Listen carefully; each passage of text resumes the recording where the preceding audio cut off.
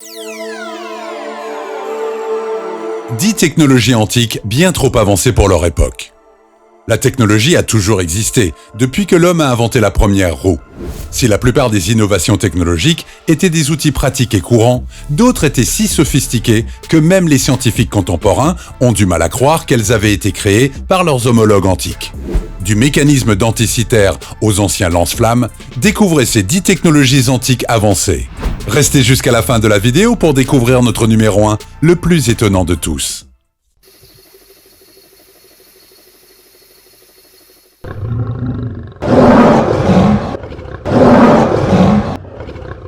Portes automatisées de Grèce antique. Saviez-vous que les portes automatiques sont apparues pour la première fois en l'an 1 de notre ère? Surpris? Oui, elles ont été inventées par les Grecs antiques et considérées comme une technologie révolutionnaire à l'époque. Les Grecs utilisaient un mécanisme simple, mais long. Pour ouvrir la porte, il fallait allumer un feu pour générer de la chaleur qui provoquait une accumulation d'atmosphère dans des récipients en laiton. La cuve commençait alors à pomper l'eau dans les récipients qui servaient de poids pour ouvrir la porte.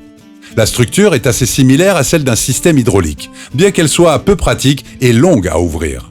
Il était également difficile d'arrêter le processus une fois qu'il était en marche, ce qui signifie qu'elle ne pouvait être ouverte qu'une fois par jour. C'est pourquoi cette technologie n'était pas aussi populaire que les portes automatiques modernes. Pile électrique de Bagdad. La pile électrique de Bagdad est l'une des inventions antiques les plus controversées à avoir été découverte à l'époque moderne. Cet appareil vieux de 2000 ans, découvert par un archéologue allemand en 1983 à Bagdad, serait la version antique de la pile moderne. Il était constitué d'une jarre en argile dans laquelle était placé un cylindre de cuivre et une tige de fer. Les scientifiques ont découvert qu'en versant un acide faible comme du vinaigre ou du jus de raisin, ou une combinaison des deux, dans le pot d'argile, la pile générait environ 1 volt d'électricité. Les archéologues n'ont pas été en mesure de trouver quelque chose de semblable à cet engin et aucune trace écrite n'a été trouvée pour en décrire le fonctionnement. Les chercheurs pensent que la batterie de Bagdad a pu être utilisée pour la galvanisation du métal. Feu grégeois. Le feu grégeois était une invention dévastatrice du monde antique, considérée comme le napalm avant l'invention de celui-ci. Cette arme de destruction massive a également joué un rôle essentiel dans les croisades. Le feu grégeois a été inventé en 672 après Jésus-Christ par l'Empire romain d'Orient et était connu sous de nombreux noms à l'époque, tels que feu maritime, feu liquide ou feu romaïque. Cette merveille militaire a fait ses débuts dans la guerre de Byzance contre une flotte navale musulmane massive qui avait attaqué les Byzantins. Le feu, qui a été utilisé contre l'ennemi, ne ressemblait à rien de connu à cette date. Les forces d'attaque ont été prises par surprise et puis par terreur lorsque leurs navires et leurs hommes ont été réduits en cendres. Même l'eau ne suffisait pas à étouffer les flammes qui continuaient à brûler à la surface de l'eau. Les Grecs ont par la suite créé différents moyens et armes pour utiliser cette invention antique. Ils ont inventé des grenades à feu et un tuyau d'incendie qui lançait du feu au lieu de l'eau, et je n'ai pas besoin de vous dire à quel point ça ressemble aux lance-flammes modernes. Cependant, leurs ennemis sont devenus plus futés et ont trouvé des moyens d'éteindre les flammes en utilisant du vinaigre et de la vieille urine. Jusqu'à aujourd'hui, personne n'a été capable de recréer le feu grégeois car la formule secrète a été perdue. Le napalm est la seule technologie qui s'en rapproche le plus à ce jour. Sismoscope de Zhang Heng. La technologie de détection des tremblements de terre n'est peut-être pas une invention moderne après tout, car elle semble avoir déjà existé il y a 2000 ans dans la Chine antique. Inventé en 131 après Jésus-Christ, le sismoscope de Zhang Heng était le premier sismoscope connu de son époque, utilisé pour détecter les tremblements de terre et, étonnamment, il était très précis. Cet appareil est l'œuvre du scientifique chinois Zhang Heng, surnommé le Léonard de Vinci de la Chine. L'appareil se composait d'une jarre avec 8 projections tubulaires en forme de tête de dragon à l'extérieur. À sa base se trouvaient 8 grenouilles correspondantes, chaque grenouille représentant une direction dans laquelle l'onde sismique devait se déplacer. Une balle provenant de l'une des projections du dragon tombait dans l'une des grenouilles pour indiquer la direction du tremblement de terre lointain. Ce qui est étonnant, c'est que l'appareil était capable de détecter des tremblements de terre à des centaines de kilomètres de distance. L'ancienne turbine à vapeur, éolipile. Croyez-le ou non, mais une ancienne turbine à vapeur a existé il y a des siècles et s'appelait l'éolipile. L'éolipile a été inventée au 1er siècle de notre ère par Héron d'Alexandrie, un célèbre mathématicien et ingénieur de son temps qui a décrit l'appareil de manière très détaillée dans son ouvrage Pneumatica. La turbine à vapeur était une sphère creuse, montée de manière à pouvoir tourner sur une paire de tubes creux. Ces tubes alimentaient la sphère en vapeur à partir d'un chaudron. La vapeur pouvait s'échapper des tubes creux pliés, placés sur le carré, ce qui faisait tourner le dispositif à grande vitesse. Ce dispositif était peut-être impressionnant, mais il n'était utilisé que pour divertir la royauté et était considéré par certains comme un jouet d'enfant.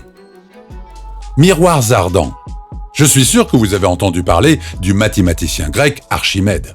C'est le scientifique qui nous a donné la poussée d'Archimède, qui nous a tant donné mal à la tête au lycée.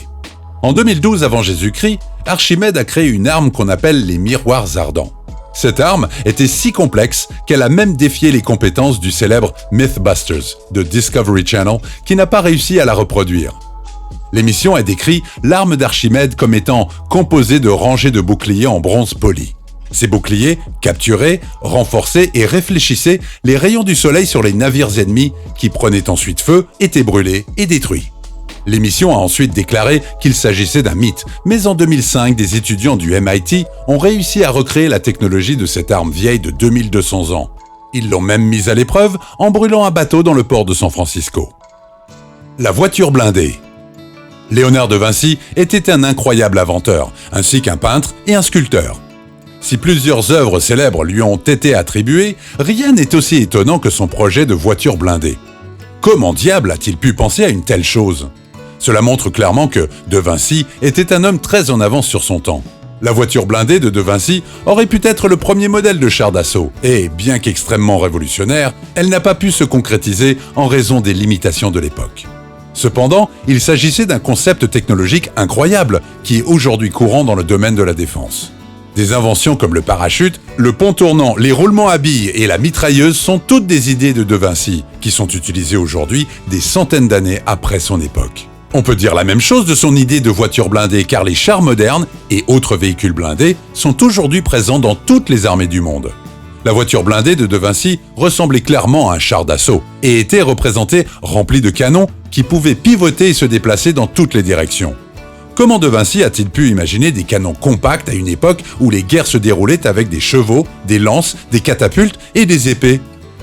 Le premier distributeur automatique. Le tout premier distributeur automatique était un appareil qui permettait d'obtenir un verre d'eau bénite en échange d'une pièce de monnaie. Ce dispositif simple a été décrit dans les travaux d'Héron d'Alexandrie, un célèbre mathématicien et ingénieur. Le premier engin répertorié a en fait été créé au 1er siècle en Égypte.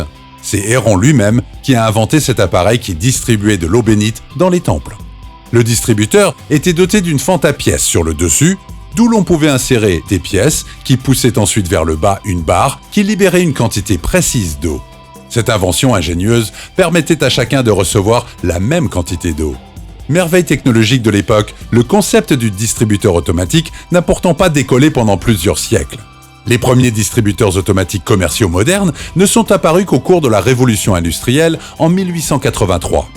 Le premier distributeur automatique moderne a été conçu et créé par Percival Everett. Il ne fournissait que des cartes postales, mais ce sont les mécanismes d'Everett qui ont été utilisés même dans les distributeurs automatiques modernes jusqu'à ce qu'ils soient alimentés par l'électricité. Machine denticitaire. S'il y a un artefact technologique antique qui a rendu toute la communauté scientifique perplexe, c'est bien la machine ou le mécanisme denticitaire, qui existait il y a près de 2200 ans. Ce dispositif, qui ressemblait à une horloge extraterrestre, a été découvert en 1901, près de l'île d'Anticythère. Le mécanisme denticitaire a fait l'objet de nombreuses études, certains pensant qu'il s'agissait d'une sorte d'ordinateur antique. Mais comment diable des gens auraient-ils pu inventer un dispositif informatique il y a 2200 ans ? Les études menées au fil des ans ont conclu que le mécanisme denticitaire était un ornement manuel de la Grèce antique, décrit comme le plus ancien exemple d'ordinateur analogique. Ce qui est stupéfiant, c'est qu'il peut prédire les positions astronomiques et les éclipses des décennies à l'avance. Les scientifiques ont même découvert qu'il était utilisé pour calculer les dates et les horaires des Jeux Olympiques. Les Égyptiens ont utilisé des outils modernes et des bétonnières pour construire les pyramides. Parmi toutes les civilisations anciennes qui ont eu recours à la technologie, aucune ne peut rivaliser avec les Égyptiens, dont l'habilité remarquable à construire des pyramides vers 3000 avant Jésus-Christ a intrigué les scientifiques de notre époque en raison de l'exactitude et de la précision de ces monuments gigantesques.